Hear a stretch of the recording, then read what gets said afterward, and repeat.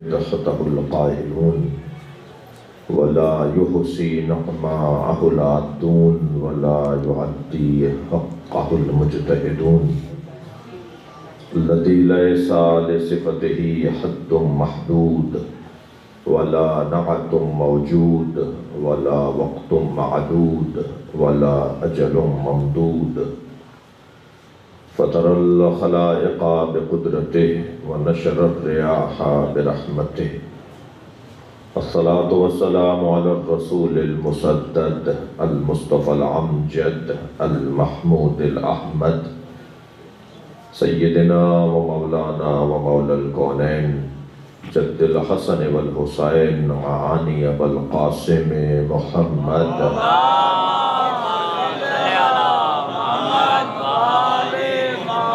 وآله الطيبين الطاهرين المعصومين الذين قال الله إنما يريد الله ليذهب عنكم الرجس أهل البيت ويطهركم تطهيرا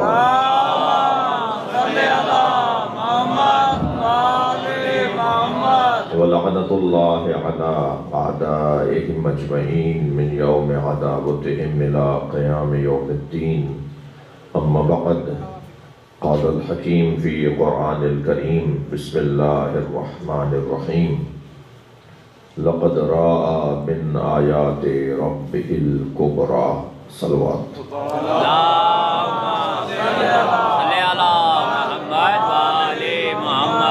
اس سے بہتر و بلند صلوات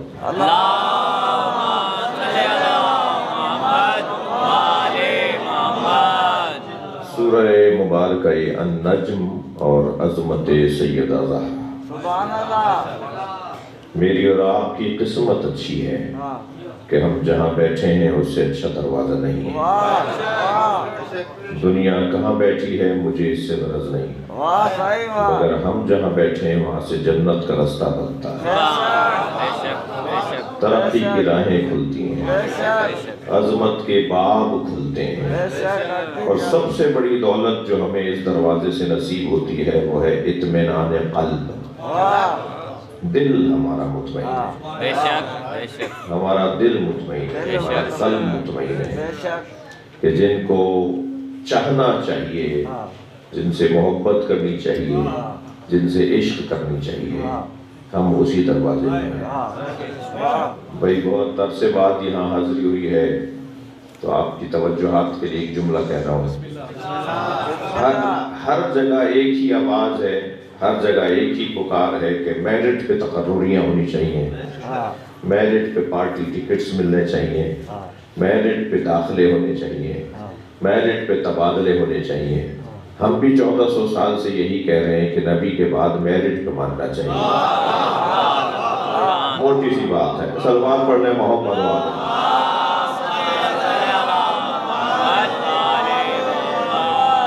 میرٹ پر پورا اترنے والا تاریخ ابدیت میں میرٹ پر پورا اترنے والا نام علی مولا کا ہے میں طالب علم ہوں دعوے وعوے کرنا اچھی بات نہیں مگر میں اپنے علم میں اضافے کے لیے دروازہ کھول رہا ہوں کہ کوئی آ کر مجھے بتائے کہ مولا علی نے کسی سے مسئلہ پوچھا ہو اور ابھی میں بیٹھے بیٹھے 50 نام بتا دوں گا کہ کس کس نے علی سے کیا کیا پوچھا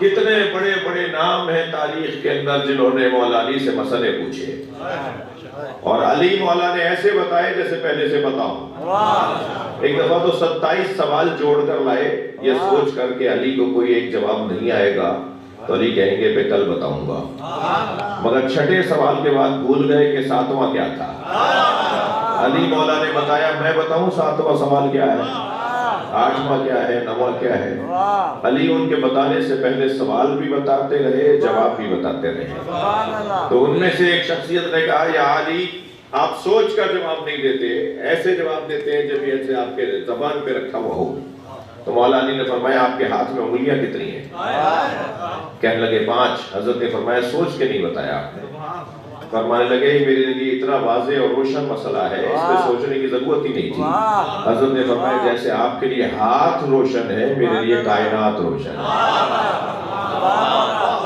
عظمت مولا پہ صلوات دیا کریں۔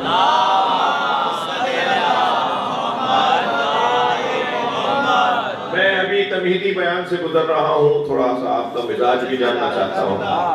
مجلسی لوگ بیٹھے ہیں، تھوڑا سا توجہ اپنی بڑھائیں گے۔ یہ طے ہے کہ ہم جس جگہ بیٹھے ہیں میرٹ کے مطابق بیٹھے ہیں، قابلیت کے مطابق بیٹھے ہیں، بعد از خدا و رسول۔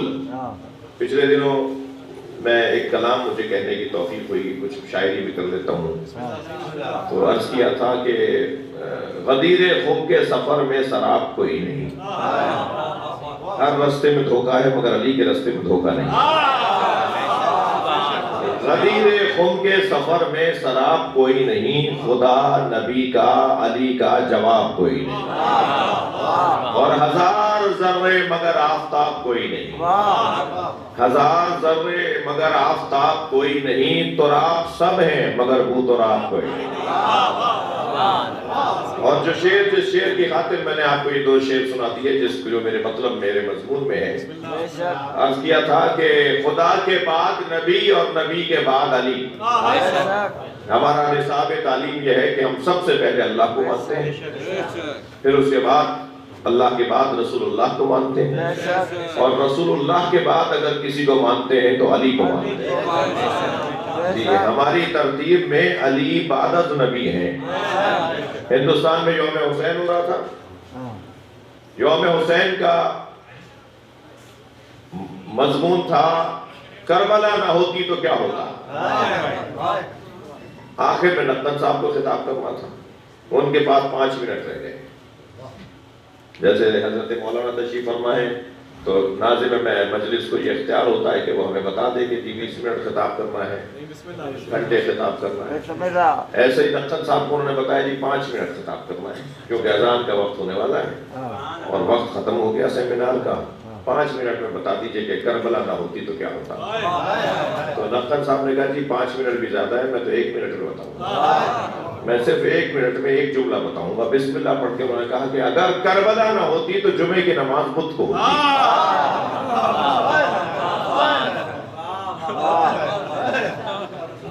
یہ ہونے جا رہا تھا اسلام کے ساتھ، یہ ہونے جا رہا تھا اسلام کے ساتھ کہ اگر کربلا نہ ہوتی تو جمعے کی نماز بدھ کو ہوتی۔ ایک صاحب ایک شہر میں داخل ہوئے، کیا دیکھا کہ مؤذن کہہ رہا ہے یقولون اہل حمص اشہد ان لا الہ الا اللہ۔ حمص والے، حمص ایک شہر ہے شام میں، حمص والے کہتے ہیں کہ لا الہ الا اللہ۔ اس نے کہا یہ کیسی اذان ہے؟ ہر مسلمان کہتا ہے یہ حمص والے کیوں کہتے ہیں، یہ اذان میں ایک جملے کا اضافہ کیسے ہے؟ تو ایک آدمی کو روک کے کہا بھائی یہ کیا کہہ رہا ہے مؤذن تمہارا؟ بار بار کہہ رہا ہے کہ حمص والے کہتے ہیں، حمص والے کہتے ہیں، اذان میں ایک جملہ بڑا بڑا کے بول رہا ہے۔ اس نے کہا کیا کریں، ہمارا مؤذن چھٹی پہ گیا ہوا ہے، تو یہ یہودی ہے جو سریلا ہے۔ ہم نے اس سے کہا کہ بھئی تم اذان کہہ دو، تو کہنے میں تو نہیں بولتا ہوں جو تم بولتے ہو، تو میں تو یہی کہوں گا تم بولتے ہو یہ۔ تو وہ اذان میں ایک جملہ بڑھا کے بول رہا تھا۔ کچھ اور آگے گئے تو کیا دیکھا کہ پیش نماز پڑھا رہے ہیں، ایک ٹانگ انہوں نے اپنی فضا میں علیحدہ کی بھی ہے، ایک ٹانگ پہ کھڑے ہو کے نماز پڑھا رہے ہیں، 2 پیروں پہ کھڑے ہوتے ہیں نا، تو انہوں نے ایک ٹانگ کو اٹھایا ہوا ہے اور ایک ٹانگ کے اوپر کھڑے ہوئے نماز پڑھ رہے ہیں۔ یہ کیا ہو رہا ہے؟ کہنے لگے وہ رستے میں آ رہے تھے مسجد کی طرف، تو ان کو چھینٹ لگ گئی تو پیر نجس ہو گیا، تو نجس پیر انہوں نے علیحدہ کر دیا ہے اور پاک پیر پہ کھڑے ہو کے نماز پڑھا رہے ہیں۔ کربلا نہ ہوتی تو یہ ہوتا۔ پھر کچھ اور آگے گئے تو ایک جنازہ باندھ کر ایک آدمی کو لٹایا ہوا ہے اور وہ پکار کے کہہ رہا ہے میں زندہ ہوں، اور پیش نماز جنازہ پہ نماز جنازہ پڑھائی چلے جا رہے ہیں اور ان کے پیچھے 40 آدمی کھڑے ہوئے ہیں۔ جنازے کی نماز پڑھائی جا رہی ہے، بندہ زندہ ہے مگر اسے لٹایا ہوا ہے اور وہ پکار کے کہہ رہا ہے بھائی میں زندہ ہوں۔ تو کسی نے ان سے کہا بھائی یہ کیا کر رہے ہیں آپ، نماز جنازہ پڑھا دی ایک زندہ کی، کہنے لگے میں کیا کروں، ایک کہہ رہا ہے میں زندہ ہوں، 40 کہہ رہے ہیں یہ مردہ ہے، تو میں 40 کی مانوں یا ایک کی مانوں؟ کربلا نہ ہوتی تو یہ ہوتی۔ صلوات پڑھنے محمد و آل محمد۔ بھائی ماشاءاللہ اچھی تعداد ہے، اس سے بہتر صلوات پڑھیں۔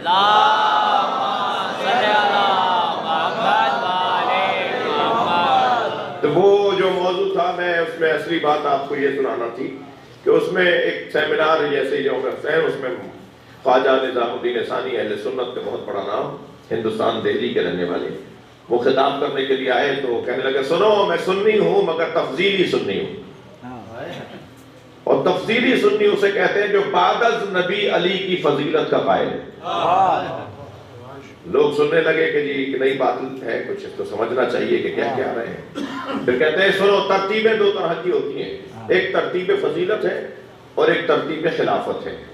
علی ترتیب فضیلت میں پہلے ہیں، ترتیب خلافت میں چوتھے ہیں۔ تو ایک صاحب کھڑے ہو گئے مجلس میں، محفل میں، انہوں نے کہا کہ خواجہ صاحب بات سمجھ میں نہیں آ رہی، جو ترتیب فضیلت میں پہلا ہو اسی کو ترتیب خلافت میں بھی پہلا ہونا چاہیے۔ تو الجھ کے کہنے لگے 1,23,999 پیغمبروں کے بعد آنے والا پہلا سمجھ میں آتا ہے اور 3 کے بعد چوتھا پہلا سمجھ میں نہیں آتا۔ جی سرکار دو جہاں آخر میں آئے ہیں مگر پہلے ہیں، اور اگر مولا علی چوتھے نمبر پہ دنیا لے کر آئی ہو تو یہ پہلا کیسے نہیں ہو سکتا؟ یعنی آئے ہیں خلافت میں اور حکومت میں چوتھے مرحلے پر مگر فضیلت میں پہلے۔ تو ہم اس دروازے پر اس لیے بیٹھے ہیں کہ علی سے زیادہ فضیلت کسی کی نہیں۔ دنیا میں بڑے بڑے نام والے لوگ آئے ہیں مگر عزیزان گرامی میرا مضمون یہ نہیں ہے، میں کچھ دیر سیدہ کی خدمت میں رہنا چاہتا ہوں۔ اگر اس مضمون پر آپ مجھے اجازت دیتے اور موقع ہوتا تو میں عرض کرتا کہ کوئی بھی صحابی ایسا نہیں ہے، کوئی بھی خلیفہ ایسا نہیں ہے، کوئی بھی عالم دین ایسا نہیں ہے جس نے علی کا دم نہ بھرا ہو، علی کی محبت کا اظہار نہ کیا ہو۔ جی حضرت عمر کا تو بڑا مشہور جملہ، فرمایا اگر علی نہ ہوتے تو عمر ہلاک ہو جاتا۔ یہ تو کم بات ہے، لولا علی لہلک عمر، یہ سب نے لکھا ہے نا، سنی شیعہ نے سب نے اپنی کتابوں میں لکھا ہے کہ جب بار بار یہ مسئلے آئے اور مولا علی نے ان کے مسئلوں کو حل کیا تو انہوں نے کہا اگر علی نہ ہوتے تو میں ہلاک ہو جاتا۔ حضرت ابوبکر کے زمانے میں تو ایک بچہ مقدمہ لے کر گیا عدالت میں اور اس نے شکایت کی عدالت میں جا کر کے میرا باپ جب رحلت کر رہا تھا تو میں گود میں تھا، میرے ابا نے ساری جائیداد میرے چاچا کو دے دی اور کہا کہ جب میرا بچہ بڑا ہو جائے تو جو تم چاہو وہ میرے بچے کو دے دینا۔ تو میرے چاچا نے تو مجھے مثلا 1 کروڑ میں سے 1000 روپے دے دیا اور کہا کہ یہی تو وصیت تھی کہ جو چاہو دے دینا۔ وہ عدالت کے فیصلے میں مطمئن نہیں ہوا بچہ، مولا علی کے دروازے پر آ گیا کہ یا علی آپ فیصلہ کریں۔ میرے ابا نے سارا مال میرے چاچا کو دیا اور چاچا سے کہا تھا جو چاہو دے دینا، تو میرا چاچا تو مجھے 1000 روپے پکڑا رہا ہے، جبکہ میرے باپ کا ہی سارا مال ہے میرے چاچا کے پاس۔ مولا علی نے اس کا ہاتھ پکڑا اور خلیفہ وقت حضرت ابوبکر کا زمانہ ہے، ان کے سامنے لے گئے۔ حضرت نے فرمایا کہ یہ بچہ شکایت لے کر آیا ہے، قاضی نے یہ فیصلہ کیا۔ اس نے کہا علی قاضی کا فیصلہ تو ہم سب کو ماننا پڑتا ہے۔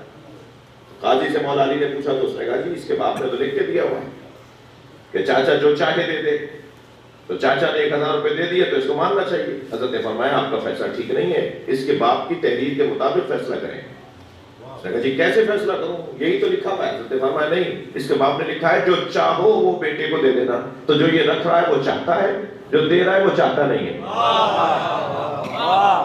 تو فوراً حضرت ابوبکر کا جملہ ان کی زبان پر آیا، انہوں نے کہا لم تلد النساء مثل علی بن ابی طالب، کائنات میں کوئی عورت ہی نہیں ہے جس نے علی جیسا بچہ دنیا میں۔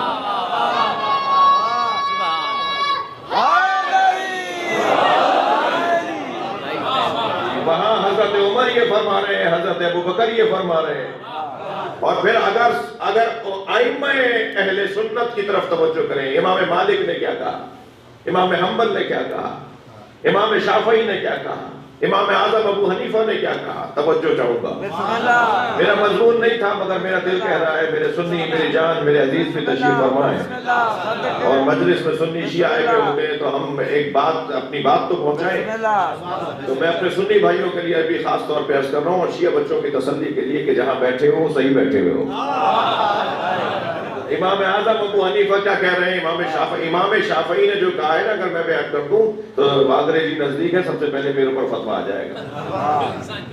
امام شافعی نے تو اتنا زیادہ کہہ دیا ہے مولا علی کے لیے، جی وہ اگر میں بتا دوں اس کی تشریح کروں تو میرے اوپر غلو کا فتویٰ لگ جائے گا۔ اہل سنت عالم دین ہے امام شافعی، وہ کہتے ہیں مات الشافعی، شعر سنا دوں، مات الشافعی ولم یدری علی ربہ ام ربہ اللہ۔ شافعی مر گیا اور یہ جان نہیں سکا کہ اس کا رب اللہ ہے یا علی ہے۔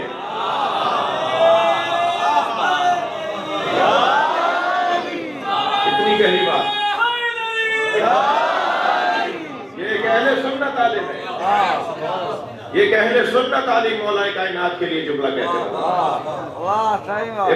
امام حنبل سے کسی نے کہا کہ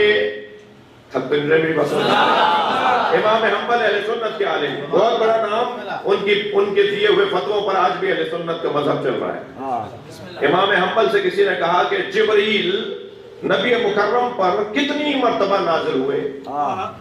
امام حنبل نے فوراً فرمایا 12,000 دفعہ۔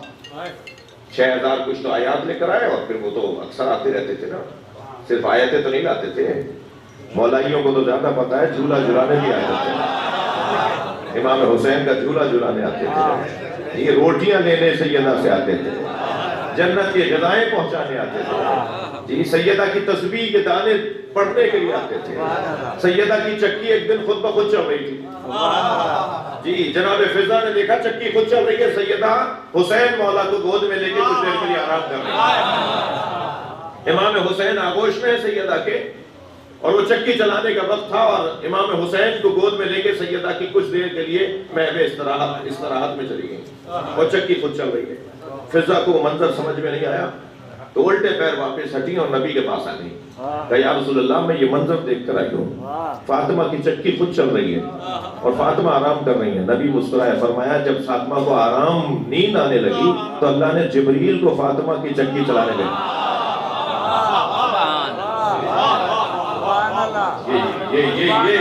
یہ گھرانہ، یہ گھرانہ۔ امام حنبل سے کسی نے پوچھا کہ نبی پر جبریل کتنی دفعہ نازل ہوئے؟ فرمایا 12,000 دفعہ۔ شاید وہاں کوئی شیعہ دوست بھی بیٹھا تھا، اسے چٹکی بھرنے کے لیے اس نے کہا علی پر کتنی دفعہ نازل ہوئے؟ شاید یہ سوچ رہا تھا کہ جواب دیں گے علی پر کیا مطلب ہے نازل ہونے کا، یہ سوال ہی تمہارا غلط ہے، جبریل تو نبی پر آتے تھے، علی کے ساتھ جبریل کا کیا تعلق؟ یہ سوچ رہا ہوگا نا جب اس نے سوال بھی کیا۔ تو امام حنبل نے فوراً فرمایا 24,000 دفعہ۔ تو کہنے لگا یہ مولا امام نبی پہ 12,000 دفعہ، علی پہ 24,000 دفعہ، کیا فرما رہے ہیں آپ؟ کہنے میں صحیح فرمایا ہوں، تم نے حدیث نہیں سمجھی؟ انا مدینۃ العلم علی بابها، میں شہر علم ہوں، علی اس کا دروازہ ہے، ہر شخص آنے والا دروازے پہ 2 دفعہ آتا ہے، آئے گا تب بھی جائے گا تب بھی۔ صلوات پڑھیں نبی کی ذات پر۔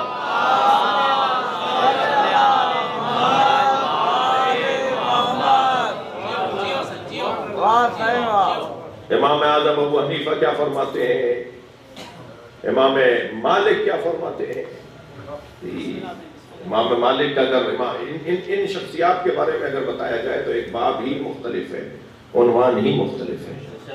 یہ بحث اور یہ گفتگو یہ ہے کہ ہم اس بات پر متفق اور اس بات پر مطمئن ہیں، توجہ، کہ یہ جس گھرانے سے ہمارا پیار ہے یہ میرٹ کی بنیاد پر ہے، قابلیت کی بنیاد پر ہے، اور سب سے بڑی دولت جو ہمیں اس دروازے سے نصیب ہوتی ہے، سب سے بڑی دولت جو ہمیں اس دروازے سے نصیب ہوتی ہے وہ اطمینان قلب ہے۔ پریشان حال انسان جب یہاں آتا ہے تو واپس جاتا ہے تو ایسا جیسے سرمایہ دار ہو گیا، بڑی دولت کما کر جا رہا ہوں میں، بیوی کی مجلس سن کر آ رہا ہوں، اور یہ بھی یقین رکھیے، حدیث میں آپ کو سنانے جا رہا ہوں، جب اہل بیت کے تذکرے کے لیے فرش بچھایا جاتا ہے تو اللہ عرشی فرشتوں سے کہتا ہے تمہیں زمین پہ کچھ نظر آ رہا ہے؟ تو عرشی فرشتے کہتے ہیں یا اللہ ہمیں زمین پر چمکتا ہوا ستارہ نظر آ رہا ہے۔ اللہ جواب دیتا ہے وہ ستارہ نہیں ہے، اہل بیت کے ذکر کی مجلس ہو رہی ہے۔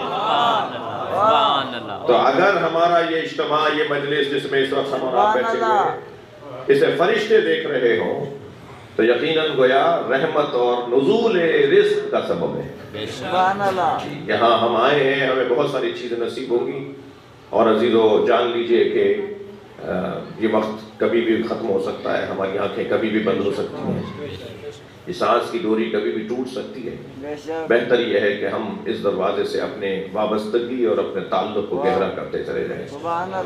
اس گھرانے کی عظمتوں کا باب بہت روشن ہے، آپ نے، میرے بچوں نے، جوانوں نے، خاص طور پر جوانوں نے، بزرگوں نے بھی یہ بات سنی ہوگی، کہا جاتا ہے کہ رشتے آسمان پر بنتے ہیں۔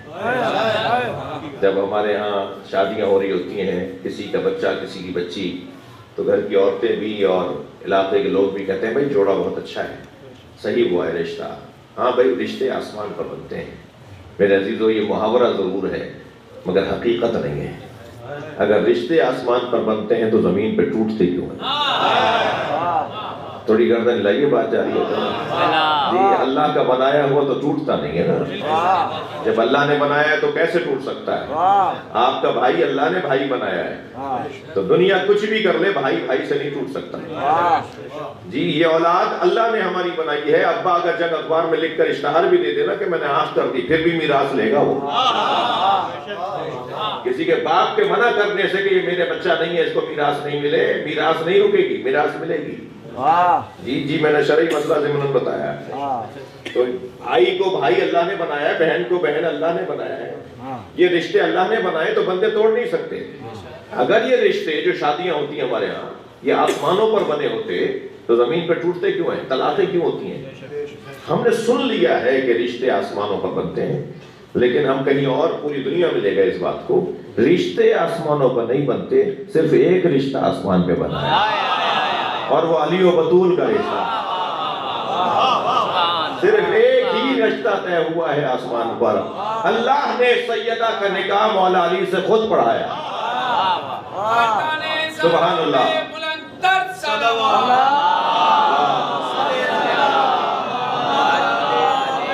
میں غیر ذمہ دار خطیب نہیں ہوں بھائی، الحمدللہ مطالعہ کر کے کتابیں پڑھ کر حدیثیں پڑھ کر آپ کے سامنے آیا ہوں، اور میری ایک ریاضت ہو چکی ہے دنیا جہان میں آپ کی خدمت میں حاضر ہوں۔ رشتہ اللہ نے سیدہ کے ساتھ مولا علی کا کیا۔ یہ رشتہ وہاں بنا ہے نا تو وہاں ختم بھی نہیں ہوگا۔ واحد رشتہ ہے، واحد میاں بیوی اور زن و شوہر ہیں جو جنت میں بھی میاں بیوی رہیں گے، ورنہ کسی نبی کی زوجہ جنت میں اس نبی کی زوجہ نہیں ہوگی۔ خود سرکار کی زوجائیں جنت میں نبی کی زوجائیں نہیں ہوگی۔ تھک رہے ہیں آپ حضرات؟ کیوں نہیں ہوگی؟ اس لیے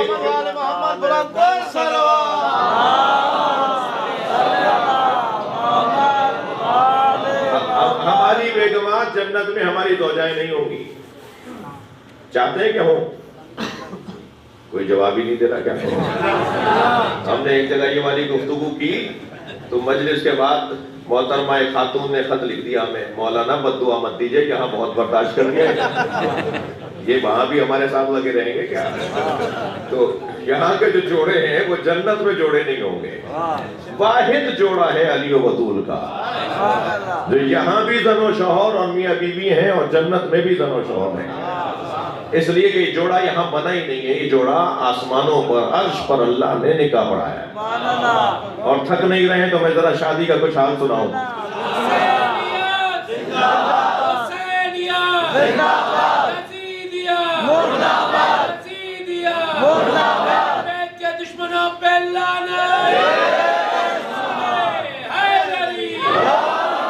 بھئی آپ سب کی سلامتی کے لیے، میر صاحبان کی سلامتی کے لیے سندھ میں تالپور برادری کا بڑا کام رہا ہے، اور وہ کام جو ان کے بڑوں نے شروع کیا تھا یہ الحمدللہ ان کی اولادیں بھی اسے جاری رکھے ہوئے ہیں۔ تو یہ نہیں کہ میں ان کا مہمان ہوں اس لیے میں ان کے بارے میں کچھ کہہ رہا ہوں، میں بہت کچھ جانتا ہوں ان کے بارے میں اور کچھ لکھ بھی چکا ہوں۔ ایک کتاب میری کچھ عرصے بعد سامنے آئے گی جس میں کچھ تالپور خاندان کے حوالے سے ہم نے کچھ اپنی معلومات کو لکھا بھی ہے۔ آپ سب کی سلامتی کے لیے اس خانوادے کے اندر اہل بیت کی محبت اور پکی ہوتی رہے، اس دعا کی قبولیت کے لیے بلندتر صلوات۔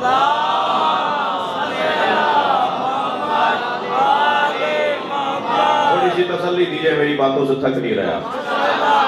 بس ایک رشتہ ہے جو آسمان پر بنا ہے اور وہ علی و بطول کا رشتہ ہے۔ اللہ نے سیدہ سے کہا فاطمہ میں تمہارا نکاح علی کے ساتھ پڑھا رہا ہوں، بتاؤ تمہارا مہر کیا رکھوں؟ بھئی مجلسی لوگ بیٹھے ہیں، بتاؤ فاطمہ سیدہ میں تمہارا مہر کیا رکھوں؟ بی بی نے فرمایا بابا کی امت کی نجات، میں اپنے بابا کی امت کو دوزخ میں نہیں دیکھنا چاہتا، میں ہر کلمہ پڑھنے والے کو جنت میں دیکھنا چاہتا ہوں، یہ میرا مہر ہے۔ مہر سیدہ نے امت مصطفیٰ کی نجات کو قرار دیا ہے. امت مصطفیٰ جنت میں جائے یہ سیدہ کا مہر ہے.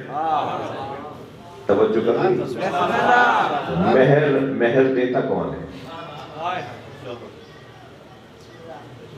بھائی بولیے دے دیا مہر یا نہیں؟ شوہروں نے دے دیا مہر نہیں دیا. پرانے والے تو 5,000 2,000 میں چھٹے ہوئے ہیں. جن کا 5,000 روپے مہر تھا, جن کا 1,000 روپے مہر تھا, وہ بھی بیوی سے کہتے ہیں معاف کر دو. اور ایک جگہ تو میں نے ایک صاحب سے پوچھا, میں نے کہا شادی کب ہوئی تھی؟ کہنے کہ 20 سال ہو گئے. میں نے کہا مہر دے دیا؟ کہنے خدا نہ کرے تو. میں نے کہا کیوں؟ کہنا ہے طلاق تھوڑی ہو رہی ہے. تو بعض لوگوں کو تو ذہن میں یہ ہے کہ مہر دیا ہی جب جائے گا جب طلاق ہوگی. بھائی مہر کا طلاق سے کوئی تعلق نہیں ہے. اچھا ایک محترمہ کہنے لگی کہ وہ میرے شوہر تو بار بار کہتے ہیں مہر دے دوں, میں ہی کہتی ہوں لے لوں گی. تو میں نے کہا لے کیوں نہیں لیتی؟ کہنے لگے اچھا لگتا ہے, شوہر قرضی ہوتا ہے تو شوہر مقروض ہونا تو اچھا لگتا ہے. تو بار بار بولیں گے نا ہر کو 4 پیسے دے دوں, نہیں ابھی نہیں چاہیے بعد میں لے لوں گی. تو وہ 5,000 کا قرضی بھی بیوی رکھنا چاہتی ہے. تو کون دیتا ہے بھائی مہر؟ دے دیا یا نہیں دیا؟ بولیے نا. دے دیجئے گا بھائی. میری آج مجلس میں مجھے دعائیں ڈبل مل جائیں گی. مجلس میں سے ہو کر آئے لو بھائی مہر پکڑو, اپنا مولانا بول رہے تھے. تو مہر شوہر دیتا ہے نا. تو بیوی نے فرمایا میرے بابا کی امت کی نجات میرا مہر. کون بخشوائے گا؟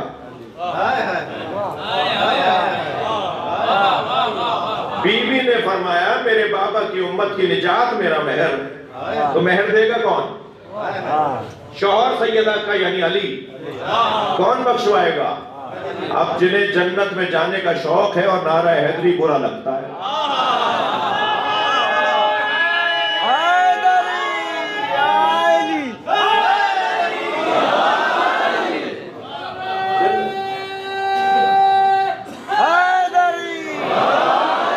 بھائی اب حدیثیں سنا رہا ہوں, حدیثیں سنا رہا ہوں آپ کو جو سنی شیعہ کتابوں میں لکھی ہوئی ہیں.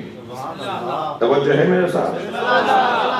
سنی شیعہ کتابوں میں جو حدیثیں لکھی ہوئی ہیں وہ سنانے جا رہا ہوں. جنت کے 8 دروازے ہیں. دوزخ کے اللہ نے 7 بنائے. ایک دوزخ کا دروازہ کم رکھا ہے کیونکہ اللہ بھیجنا نہیں چاہتا. جنت کے دروازے زیادہ رکھیں تاکہ زیادہ لوگ آئیں. جنت کے 8 دروازے ہیں اور 8 دروازوں پر لکھا ہوا ہے لا الہ الا اللہ محمد رسول اللہ علی ولی اللہ. کسی سنی کتاب میں نہ دکھا سکوں تو میں مجرم ہوں.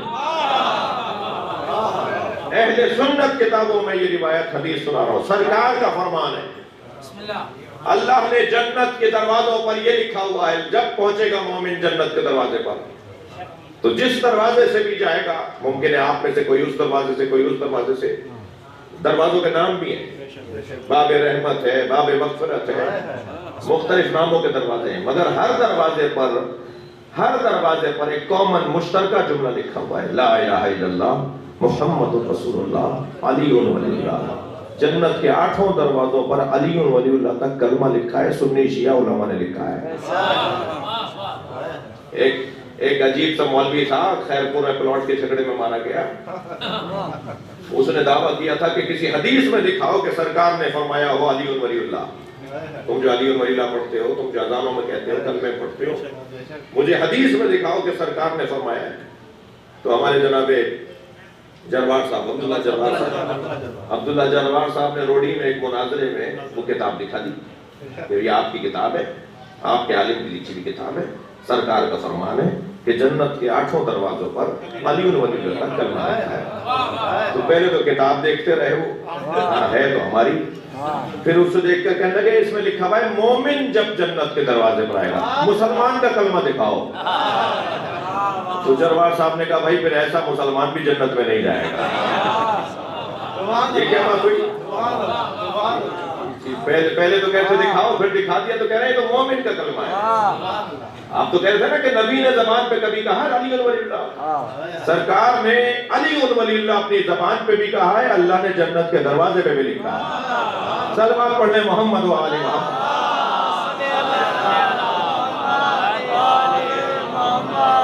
تھوڑی سردی اتنی ہے نہیں جتنے آپ خاموش بیٹھے ہوئے ہیں.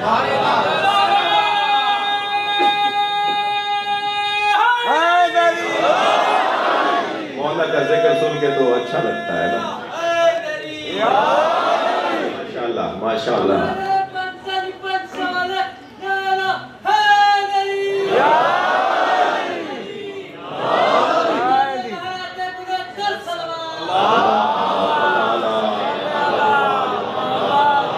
اب دوسری حدیث سنانے جا رہا ہوں. بسم اللہ. کیا کروں سب بسم اللہ نہیں کہہ رہے. دوسری حدیث سنانے جا رہا ہوں اور یہ حدیث بھی سنی شیعہ کتابوں میں لکھی ہے. بسم اللہ. اور حدیث کہتی ہے اِنَّا لِبَابِ الْجَنَّةِ حَلْقَةٌ مِّن یاقوتۃ حمراء. سبحان اللہ. جنت کے دروازے پر سرخ رنگ کے یاقوت کی کنڈی لٹکی ہوئی ہے. سبحان اللہ. آپ کے میرے گھر پہ بھی کنڈیاں ہیں. جدید زمانہ آ گیا, پیسہ ہمارے پاس زیادہ آ گیا تو ہم نے بیل لگوا دی ہے.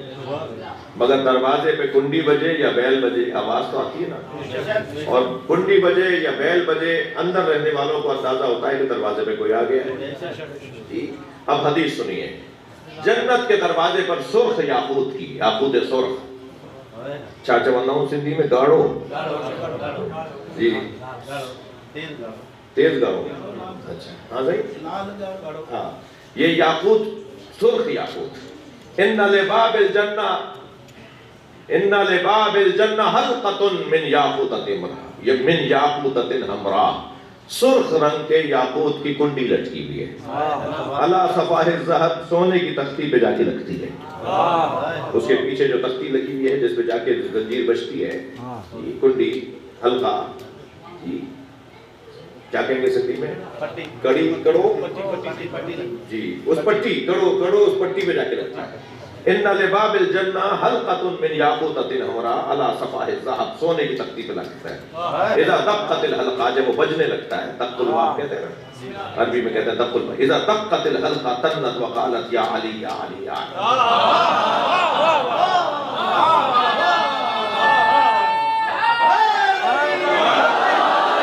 جب وہ کنڈی بجتی ہے تو اس سے جو آواز بنتی ہے وہ ہے یا علی یا علی یا علی.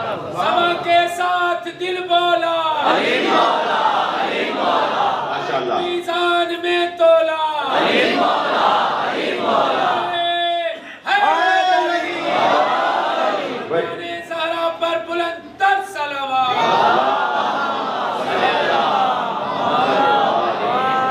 جنت کے دروازے پر کنڈی بجنے کی آواز ہے علی علی یا علی یا علی یا علی یا علی کی آوازیں جنت کے دروازے پر آ رہی ہیں. آیت اللہ جوادی عاملی ایک عارف اللہ کے, ولی اللہ کے, وہ کہتے ہیں میں اپنے استاد علامہ محمد حسین طباطبائی صاحب تفسیر المیزان, جو خود وہ بھی اللہ کے ولی تھے, وہ کہتے ہیں میں ان کے پاس گیا, میں نے کہا استاد یہ حدیث میں ہے کہ جنت کے دروازے پہ یا علی کی آوازیں آئیں گی. استاد جنت کے دروازے پہ علی علی کی صداؤں کا فلسفہ کیا ہے, کیا سبب ہے جو جنت کے دروازے پہ علی علی کی آوازیں آئیں گی؟ تو کہتے ہیں میرے استاد نے جو اللہ کے ولی تھے وہ کہتے ہیں بے ساختہ مجھے کہا کہ جس کے گھر جاؤ گے اسی کا نام تو لوگ ہے. اللہ خالق جنت ہے, وارث و مالک جنت علی ہے. علی کے ہاتھ میں اختیار ہے کہ کسے جنت میں بھیجیں. پھر سنانے جا رہا ہوں ایک اور حدیث. مولا علی کے لیے یہ سب نے لکھا ہے کہ علی کے ہاتھ کی تحریر جس کے پاس نہیں ہوگی اسے جنت کے دروازے پہ کھڑا ہوا فرشتہ واپس کر دے گا.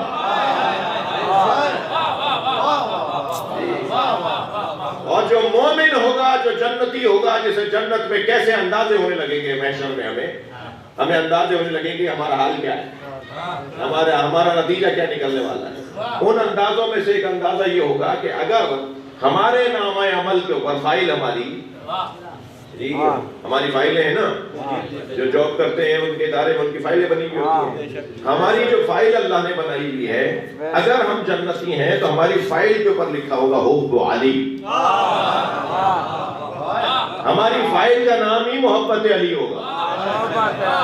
فائل ہاتھ میں آ کر اندازہ ہو جائے گا کہ ہمیں انشاءاللہ جنت میں جانا ہے, اس لیے کہ ہماری فائل پر, ہمارے پروندے پر, ہمارے جو ہے وہ صحیفے پر, عربی میں کہتے ہیں صحیفہ, عنوان و صحیفۃ المومن, حدیث سنا رہا ہوں.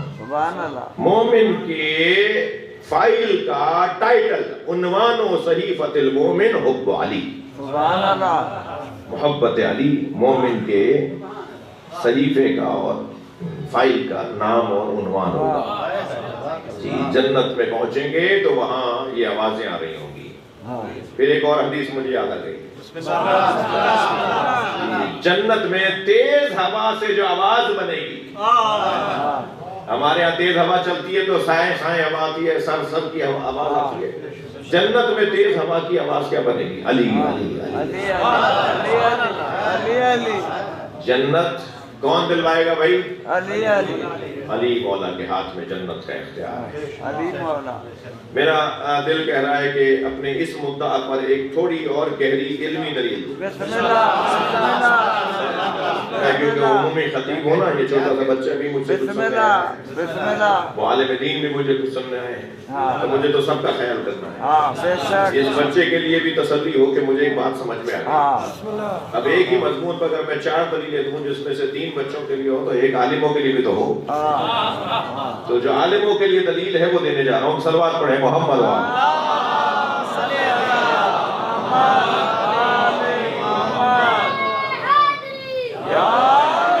قرآن سورہ مبارکہ تحریم کے اندر ایک آیت ہے،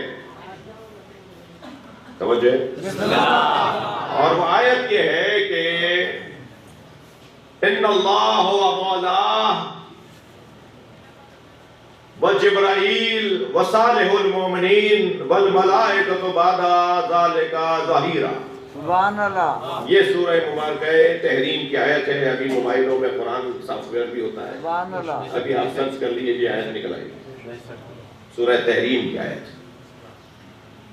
آیت کے اندر قصہ کچھ یوں ہے میر صاحب کہ نبی کی 2 زوجاؤں سے متعلق اللہ بات کر رہا ہے، تم میرے نبی کو تنگ نہیں کرو، اور اگر تم نے میرے نبی پہ چڑھائی کی وہ میں نے حصہ چھوڑ دیا، وہ حصہ اس سے پہلے والا ہے، مگر ان لوگوں سے اللہ بات کر رہا ہے کہ اگر تم نے میرے نبی کو تنگ کیا تھا، چڑھائی کی، انتظاہر علیہ، چلے میں ایک لفظ اس آیت کا سنا دیتا ہوں، اگر تم میرے نبی پر چڑھائی کر کے آئی، میرے نبی کو روب میں لانے کی تم نے کوشش کی، تو جان لو ان اللہ و مولا، جان لو نبی کا مددگار اللہ ہے، میرا نبی اکیلا نہیں ہے، میں نے اپنے نبی کو اکیلا نہیں چھوڑا ہے، یہ لہجہ ہے، اس لہجے میں اللہ بات کر رہا ہے۔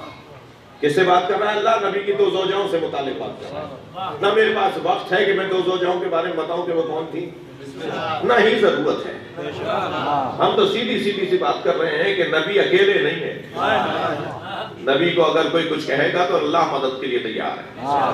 اچھا یہاں اللہ ہی کافی نہیں ہے، خود کہہ رہا ہے بھائی، وہ میں نہیں کہہ رہا، اگر تم نے میرے نبی پہ چڑھائی کی تو ان اللہ و مولا، سورہ تحریم ہے، دوبارہ جا کے دیکھ لیجیے، ان اللہ و مولا، اللہ نبی کا مددگار ہے، وجبرائیل، اور آسمان سے جبریل کو بھیجوں گا، وصالح المومنین، اور جو مومنین کی تصدیق کرنے والا ہے وہ میرے نبی کا مددگار ہے، جو یہ طے کرتا ہے کہ کون مومن ہے اور کون منافق ہے۔ صالح المومنین قرآن کی آیت ہے بھائی، یہ حدیث نہیں ہے جس پہ کوئی بعد میں کہہ دے کہ بھی سند ضعیف ہے اور فلاں کتاب غیر معتبر ہے، یہ تو آیت ہے، اس کو کہاں لے جاؤ گے؟ اللہ میرے نبی کا مولا، جبریل کو میں آسمان سے مدد کے لیے بھیجوں گا، اور وصالح المومنین، اور مومنین کی تصدیق کرنے والا، جو یہ طے کرتا ہے کہ کون مومن ہے کون منافق ہے، وہ میرے نبی کا مددگار ہے۔ والملائکۃ بعد ذالک ظہیرا، اور ان سب کے بعد سارے ملائکہ میرے نبی کے ساتھ کھڑے ہیں، یعنی اللہ مدد کے لیے ہے، جبریل مدد کے لیے ہے، صالح المومنین مدد کے لیے ہے، اور ان سب کے بعد ملائکہ کو بھی بھیج دوں گا، میرا نبی اکیلا نہیں ہے۔ کتنی حمایت کر رہا ہے اللہ اپنے نبی کی، کتنا ساتھ دے رہا ہے اللہ اپنے نبی کا، مگر یہاں میرا جو عنوان ہے گفتگو کا وہ ہے صالح المومنین، جو یہ طے کرتا ہے کہ کون مومن ہے اور کون منافق ہے۔ اللہ اکبر۔ دربار امام الرشید میرے مولا رضا کی کرسی لگی ہوئی ہے۔ ایک شخص نے آواز دے کر کہا میرے مولا رضا سے، اللہ آپ سب کو مشہد مولا کی زیارت پہ لے جائے۔ میرے مولا امام رضا سے ایک شخص نے آواز دے کر کہا آپ کا عقیدہ یہ ہے، آپ یہ کہتے ہیں کہ آپ کے جد علی جنت اور دوزخ کے تقسیم کرنے والے ہیں؟ میرے مولا رضا مسکرائے، فرمایا ہمارا عقیدہ ہی نہیں ہے، نبی کا فرمان ہے۔ سرکار نے ارشاد فرمایا علی قسیم النار والجنہ، علی جنت اور دوزخ کے تقسیم کرنے والے ہیں۔ تو کہنے لگا ہمیں یہ بات سمجھ میں نہیں آ رہی، اللہ جنت و دوزخ کو تقسیم کرے گا یا علی؟ برابر سے مامون الرشید کی آواز آئی، اے فرزند رسول مجھے بھی یہ حدیث سمجھ میں نہیں آ رہی۔ امام رضا نے فرمایا تمہیں یہ حدیث سمجھ میں نہیں آ رہی تو میں ایک اور حدیث تمہیں سناتا ہوں جو یہ حدیث سمجھائے گی۔ ایک حدیث دوسرے حدیث کو سمجھاتی ہے، ایک آیت دوسری آیت کو سمجھاتی ہے۔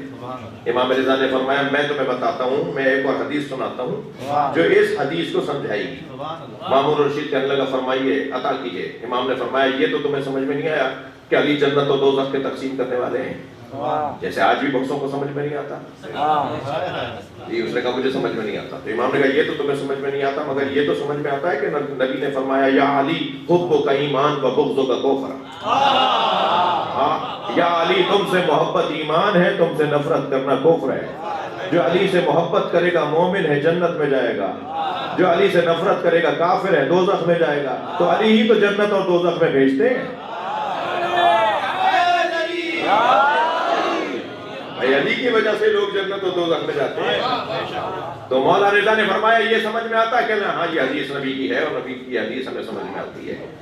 اب ذرا آپ اس آیت کے اوپر دوبارہ آ جائیے، ان اللہ و مولا، میرے نبی کا مددگار اللہ ہے، وجبرائیل وصالح المومنین والملائکۃ بعد ذلک ظہیرا، اور صالح المومنین میرے نبی کا مددگار ہے۔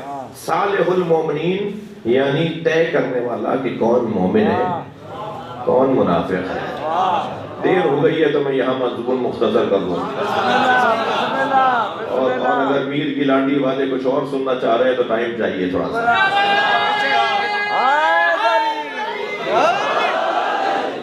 میرا دل کر رہا ہے تھوڑی دیر اور آپ کے ساتھ۔ صالح المومنین جو یہ طے کرے کہ یہ مومن ہے۔ کون طے کرتا ہے؟ ہمارے بولنے سے میں مومن ہوں یہ کچھ نہیں ہوگا، علی بولے یہ مومن ہے، علی مولا طے کریں گے کون مومن ہے۔ جب مولا کی آمد ہوئی نا تو حضرت فاطمہ بنت اسد نے خانہ کعبہ میں جا کے مولا علی کی ولادت کا سامان خود اندر گئی، خانہ کعبہ کی دیوار کھلی، آپ اندر گئیں، مولا دنیا میں تشریف لائے، دیوار بند ہو گئی، تالا کھولتے رہے، تالا کھل نہیں رہا تھا، چابی بھی وہی تھی، ہاتھ بھی وہی تھا۔ جب اللہ نے چاہا تب تالا کھلا، اور جب تالا کھلا تو مولا نبی حضرت ابو طالب کے ساتھ خانہ کعبہ میں گئے۔ حضرت امیر المومنین مولا علی کو اٹھایا، لے کے چلے، تو جیسے ہی لے کر اپنے گھر جا رہے تھے تو سامنے ایک ابو العباد، ایک یہودی عالم، ایک پادری، ایک عالم عیسائی وہ مولا نبی کے سامنے آ کے کھڑا، مولا ابو طالب کے سامنے آ کے کھڑا ہو گیا۔ تو کہنے لگا ابو طالب تم اپنے بچے کو کہاں لے جا رہے ہو؟ تو حضرت ابو طالب نے فرمایا میں اپنے گھر لے جا رہا ہوں۔ کہنے لگا کیا تمہیں مکے کا دستور نہیں پتا؟ مکے میں جب کوئی بچہ پیدا ہوتا تھا تو اسے کعبے کے قریب رکھے ہوئے ایک پتھر پہ لٹا دیتے تھے، ماں باپ دور کھڑے ہو کر دیکھتے تھے، ایک سانپ نکل کر آتا تھا، اگر بچے کو تکلیف پہنچاتا تھا بچہ اس کو دیکھ کے ڈر جاتا تھا تو ماں باپ کی مذمت ہوتی تھی کہ حلالی نہیں ہے، اور اگر سانپ واپس چلا جاتا تھا اور بچہ خوشی خوشی اس کے ساتھ کھیلتا تھا تو ماں باپ کی تعریف ہوتی تھی کہ بچہ حلالی ہے۔ ابو طالب جب سب کے لیے یہ کسوٹی ہے تو تمہارے بچے کے لیے ہے، لٹاؤ اپنے بچے کو اس پتھر پر۔ میں ایک جملہ کہوں کہ حضرت ابو طالب کو کیا اضطراب، حضرت ابو طالب کو کیا پریشانی، حضرت ابو طالب نے فوراً مولا علی کو اس پتھر پہ لے جا کے لٹا دیا، اور سب دور کھڑے ہو کر دیکھ رہے ہیں کہ وہ پہاڑوں میں سے اژدہا نکل کر آیا، وہ سانپ نکل کر آیا، اور اس نے مولا علی پر اپنا پھن پھیلایا۔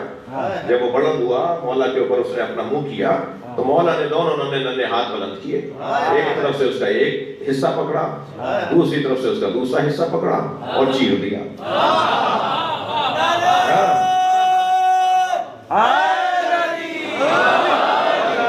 سانپ کو برابر کا دو ٹکڑے کر دیا۔ عربی زبان میں حیا سانپ کو کہتے ہیں، حیا، اور کسی چیز کے جیسے آپ کاغذ پڑھتے ہیں کسی چیز کے پھاڑنے کو چیرنے کو کہتے درہ حیا درہ جیسے ہی فاطمہ بنت اسد بیوی نے دیکھا میرے بچے نے حیا درہ تو وہیں سے آواز دی حیا درہ پھر دوسرے نے کہا حیا درہ تیسرے نے کہا حیا درہ سارے مجمع نے جب کہا نا حیا درہ تو ہے درہ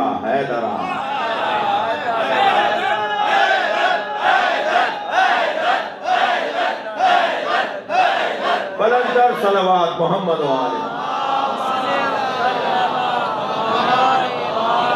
یہ لفظ اسم مولا علی کا لقب حیدر حیا درہ سے حیا درہ جس نے سانپ کو چیر دیا. اب اس منظر کو دیکھ کر ماں ادھر پکار رہی ہیں بی بی فاطمہ بنت اسد. حضرت ابو طالب جلدی سے آگے بڑھے اپنے بچے کو گود میں اٹھایا پیشانی کا بوسہ دیا سینے سے لگایا پیار کرتے ہوئے مولا علی کو لے جا رہے تھے. پھر وہی کعب الاحبار وہ یہودی عالم عیسائی عالم سامنے آ کے کھڑے ہوئے. ابو طالب کہاں لے جا رہے ہو؟ حضرت ابو طالب نے فرمایا تم نے کہا تھا میں نے پتھر پہ لٹا دیا. کہا تمہارے بچے نے کسوٹی توڑ دی تمہارے بچے نے پیمانہ توڑ دیا. اب ہم مکے والے کیسے طے کریں گے کون حلالی ہے؟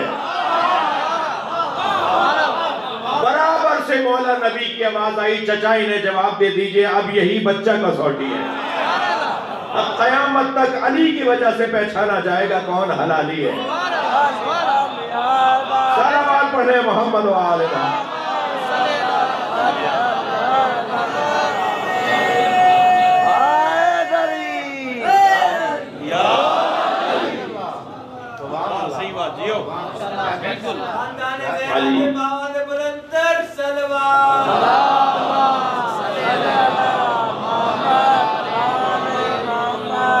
میں نے بہت دیر لگا دی.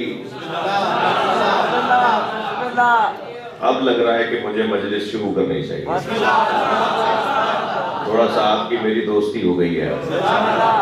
شروع میں آپ خفا سے بیٹھے تھے. جی توجہ ہے. تو میں اپنے مضمون کو تھوڑا سا اور آگے بڑھاؤں گا. جی کائنات میں واحد جوڑا سیدہ کا اور مولا علی کا ہے جو آسمان پہ بنا ہے. زمین پر نبی نے نکاح پڑھایا اور نکاح پڑھایا یہاں پر نبی نے وہاں اللہ نے. لہٰذا یہ جوڑا وہاں بھی رہے گا یہ جوڑا یہاں بھی رہا. پھر ایک اور جملہ ہمارے یہاں شادیوں میں کہا جاتا ہے اور وہ جملہ یہ ہے کہ برابری کی بنیاد پر رشتے ہونے چاہیے. لڑکا اتنا پڑھا ہوا ہے تو لڑکی کچھ تو پڑھی ہوئی ہوگی. لڑکا مثال کے طور پر فلاں خاندان کا ہے بڑے خاندان کا ہے مثلاً فلاں قبیلے کا ہے تو لڑکی بھی دوسرے جس قبیلے کی وہ بھی قبیلہ بڑا ہے. تو کہا جاتا ہے صاحب کف برابری کف ہے یہ ایک دوسرے کا. کبھی کہتے ہیں بھائی رشتہ ہو تو گیا مگر کف نہیں ہے یہ. یعنی ایک دوسرے کے برابر نہیں ہے جوڑ نہیں رہا رشتہ جوڑ نہیں رہا. یہ ہمارے یہاں بولا جاتا ہے نا کف برابری کی بنیاد پہ شادیاں ہوتی ہیں. میرے عزیزوں ہم یہ سمجھتے ہیں کہ برابری کی بنیاد پہ شادی ہو رہی ہے. دنیا کی تو کوئی عورت کسی شوہر کے کوئی شوہر کسی عورت کے برابر نہیں ہے. ساری دنیا قربان جناب خدیجہ کی جوتیوں پر مگر بی بی خدیجہ تو نبی کے برابر نہیں تھی. تمام تر عظمتیں سیدہ خدیجہ کے نام مگر کہاں سرکار دو جہاں جیسی تو نہیں ہے. ان کا مقام اللہ نے ہر ایک کا مقام علیحدہ رکھا ہے. تو پھر کون کہاں جوڑے برابر ہوتے ہیں بھائی؟ برابری کی بنیاد پہ جوڑے کہاں ہوتے ہیں؟ کوئی جوڑا بھی فلاں صاحب کی بیوی برابر نہیں ہے. کبھی زوجہ کچھ طاقتور اور صلاحیت ہوتی ہے کبھی شوہر تو برابر کوئی نہیں ہوتا. دنیا میں ایک ہی جوڑا ہے جو برابری پر آیا اور وہ علی و بطول کا جوڑا. جتنے بڑے عالم علی ہیں اتنی ہی بڑی عالمہ زہرا ہے. جتنا بڑا شجاعت کا عنوان مولا علی کے پاس ہے اتنی ہی بہادر اور شجاع جناب زہرا ہے. جتنے بڑے سخی علی مولا ہیں اتنی ہی سخاوت جناب زہرا کی ہے. تھک نہیں رہے تو مثال دے رہا ہوں. دروازے پر وَيُطْعِمُونَ الطَّعَامَ عَلَى حُبِّهِ مِسْكِينًا وَيَتِيمًا وَأَسِيرًا. دروازے پر مانگنے والا مسکین تھا یتیم تھا اور اسیر تھا. مسکین تھا مساکین نہیں تھے. ایک آیا تھا 3 سے زیادہ نہیں آئے تھے مگر قرآن مسکین کہہ رہا ہے مساکین نہیں کہہ رہا. آنے والا ایک تھا، یتیم ایک تھا، یتامہ نہیں تھے جی، اسیر ایک تھا، اسرا نہیں تھے، ایک آیا تھا نا، 5 روٹیاں کیوں دی؟ سخاوت دیکھیے اس گھرانے کی. بھئی مانگنے والا ایک تھا تو 1 روٹی اسے دیتے، باقی لوگ افطار کر لیتے. اب اگر اس گھرانے سے پوچھا جائے کہ مانگنے والا ایک تھا، آپ نے 5 روٹیاں کیوں دی ہیں؟ 5 نے اپنا حصہ کیوں دیا ہے؟ تو عجب نہیں جناب زہرا کا جواب آئے، مانگنے والے نے کب کہا تھا مجھے علی کی روٹی چاہیے؟ مانگنے والے نے کب کہا تھا مجھے زہرا کی روٹی چاہیے؟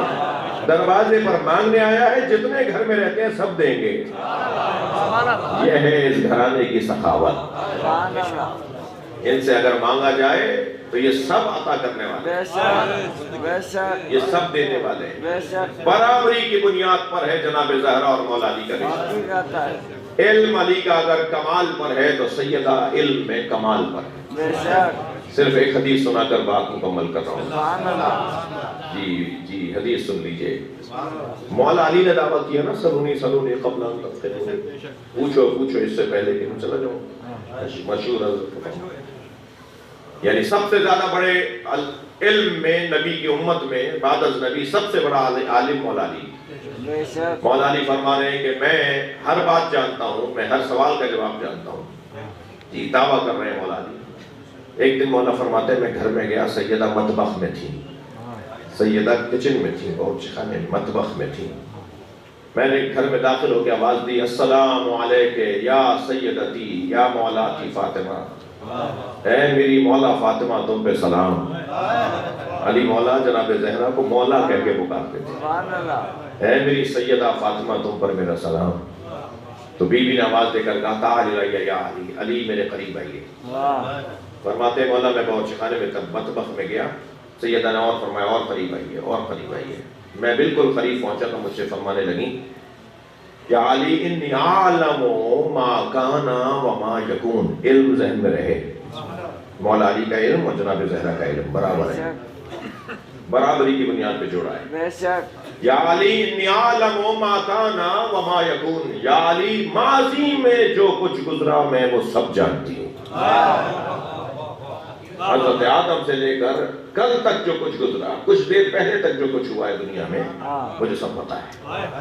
انی اعلم ما کان وما یکون، اور جو قیامت تک ہوگا وہ بھی جانتی ہوں. میں اپنی عقیدتوں کا اظہار کر رہا ہوں. آپ آج مجلس میں بیٹھیں گے، زہرا پہلے سے جانتی تھی. میں ماضی میں جو کچھ ہوا، آگے مستقبل میں جو کچھ ہوگا جانتی ہوں. یہی نہیں، پھر فرماتی ہوں انی عالم ما کان وما یکون وما لم یکن، اور جو نہیں ہوگا وہ بھی جانتی ہوں. مولا فرماتے ہیں یہ جملہ کہ جو نہیں ہوگا وہ بھی جانتی ہوں، اس کو سن کے میں الٹے پہر واپس ہوا، نبی کی خدمت میں گیا. میں نے کہا یا رسول اللہ. مولا علی فرماتے ہیں یا رسول اللہ یہ تو بات روشن ہے کہ جو ماضی میں ہوا جانتی ہوں، جو آئندہ ہوگا جانتی ہوں، جو نہیں ہوگا وہ بھی جانتی ہوں. اس کا کیا مطلب ہے؟ مولا مسکرائے، نبی مسکرائے اور فرما کے کہا یا علی میری فاطمہ لوہے محفوظ کو پڑھتی ہے، تقدیروں کو جانتی ہے، وہ بھی جانتی ہے جو نہیں ہوگا. طے ہو گیا تھا، تبدیل ہو گیا، وہ بھی جانتی ہے. میری عمر اللہ نے اگر 80 سال لکھ دی تھی، اللہ نے 100 سال کر دی. مثلا آپ کی عمر اگر 100 سال لکھی تھی، اللہ نے 150 سال کر دی. تو جو لکھا تھا وہ نہیں ہوا، جو تبدیل ہو گیا بھی فرمانی میں وہ بھی جانتی ہوں. جو چیزیں تبدیل ہوتی ہیں نا، جو نہیں ہوا وہ بھی جانتی ہوں. یہ ہونا تھا نہیں ہوا، یہ جانتی ہوں. لوہے محفوظ کو پڑھتی ہیں. علم علی، علم زہرا. میں آپ محترم مجمع سے ایک سوال کروں، جو یہ جانتی ہے کہ مثال اس علاقے میں اس مجلس میں فلاں مومن آ کے مجلس میں بیٹھے گا، وہ یہ بھی تو جانتی ہے کہ میرے اوپر دروازہ گرے گا، وہ یہ بھی تو جانتی ہے میرے محسن کو مارا جائے گا، وہ یہ بھی جانتی ہیں کہ میرے حسن کو زہر دیا جائے گا، وہ یہ بھی جانتی ہیں کہ میرے حسین کو کربلا میں گھیر کے مارا جائے گا. لہذا سیدہ اپنے گھرانے پہ ہونے والے مظالم اور مصائب کو بھی جانتی ہیں. میرا دل کہہ رہا ہے کہ میرے ساتھ کچھ دیر کے لیے مدینہ چلیے، کچھ دیر کے لیے مدینہ چلیے.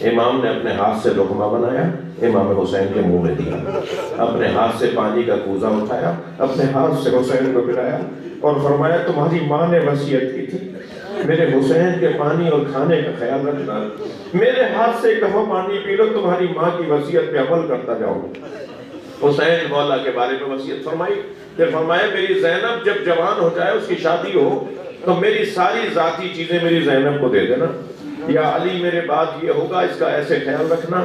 ساری وصیتیں فرما کر فرمایا حسن و حسین کو میرے حجرے میں بھیجیے، اور حسنین کو بلا کے کہا جاؤ نانا کی قبر پہ جا کر دعا کرو، اماں کی شفا کی دعا کرو۔ بچوں نے کہا اماں کیا دعا کریں؟ کہا میں دعا تمہیں سکھاتی ہوں، دعا میں کرتی ہوں، الہی آمین تم کرنا۔ دعا کرتے ہوئے جناب زہرا نے ایک جملہ کہا تو حسنین کی چیخیں بلند ہو گئیں، اور وہ جملہ کیا تھا؟ جناب زہرا نے فرمایا اللہم عجل وفاتی، یا اللہ میری موت کو قریب کر دے، مجھے جلدی دنیا سے اٹھا دے، میں اس دنیا میں اب نہیں رہنا چاہتی۔ بچے روتے ہوئے نانا کی قبر پر گئے، جب قبر پر پہنچے نا تو قبر ہلنے لگی۔ پوچھا نانا آپ پریشان کیوں ہیں؟ کہا میری فاطمہ کی روح قبض ہو رہی ہے، میری فاطمہ دنیا چھوڑ کر میرے پاس آ رہی ہے۔ بچے دوڑے ہوئے گھر کی طرف آئے، جیسے ہی گھر میں داخل ہوئے مولا علی علیہ السلام نے دونوں بچوں کو لپٹا لیا۔ جناب فضا نے کہا پہلے کھانا کھا لو، تو فرمانے لگے اماں فضا ہم نے ماں کے بغیر کب کھانا کھایا ہے، ہماری ماں سے ہمیں ملوا دو۔ جناب زہرا حجرے میں ہے، چادر بیوی پہ ڈالی ہوئی ہے، نبی کی قبر سے آواز آئی ہے تمہاری ماں کا انتقال ہو گیا ہے۔ دونوں بچے جب پہنچے نا حجرے میں تو جناب زہرا کو آوازیں دیتے ہوئے پہنچے۔ جب جنازہ تیار ہوا تو جناب زہرا کے دونوں ہاتھ بلند ہو گئے تھے، اور دونوں بچوں کو اپنے سینے سے لگا لیا تھا، اور ایک آواز رونے کی زہرا کی آ رہی تھی، ایک حسن حسین کی آ رہی تھی۔ بس آخری جملہ جب یہ منظر بنا نا کہ جناب زہرا نے شہادت کے بعد دونوں بچوں کو سینے سے لگا لیا تھا، تو آواز آئی حاطف غیبی کی علی حسنین کو ماں سے علیحدہ کر لیجئے۔ اس منظر کو دیکھ کر عرشی فرشتوں میں کوہرام ہوا ہے، عرش کے فرشتے رو رہے ہیں، مولا علی نے بچوں کو کس پیار سے علیحدہ کیا ہوگا۔